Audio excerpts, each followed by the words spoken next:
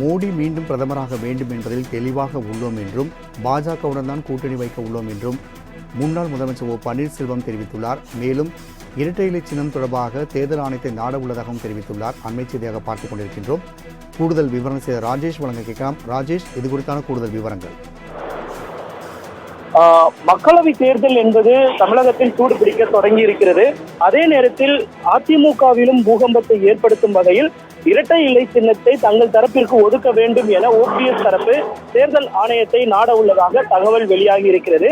ஏற்கனவே இரட்டை இலை தொடர்பான மூல வழக்கு என்பது நிலுவையில் இருக்கிறது.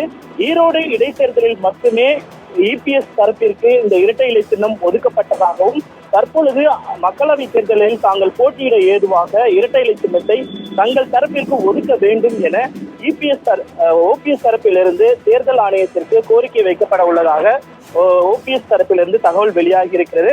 இதே நேரத்தில் நாம் குறிப்பிட்டு பார்க்க வேண்டியது என்னவென்றால், இரட்டை இலை சின்னம் என்பது தற்போது வரைக்கும் சென்னை உயர்நீதிமன்றத்தால் தடை விதிக்கப்பட்டிருக்கிறது. ஓபிஎஸ் தரப்பு பயன்படுத்தக்கூடாது, இரட்டை இலை சின்னத்தையோ அல்லது அதிமுக என்ற பெயரையோ அவர்கள் பயன்படுத்தக்கூடாது என்பதுதான் உயர்நீதிமன்றத்தின் உத்தரவாக இருக்கிறது.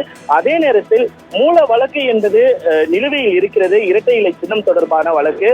அதனால் நாங்கள் மக்களவை தேர்தலில் போட்டியிடுவதற்கு ஏதுவாக இந்த இரட்டை இலை சின்னத்தை எங்கள் தரப்புக்கு ஒதுக்க வேண்டும் என்று ஓபிஎஸ் தரப்பு கோரிக்கை வைக்க உள்ளதாகவும், இன்றைய தினத்தில் அதற்கான மனுவை தேர்தல் ஆணையத்தில் சமர்ப்பிக்க உள்ளதாகவும் தகவல் வெளியாகி இருக்கிறது.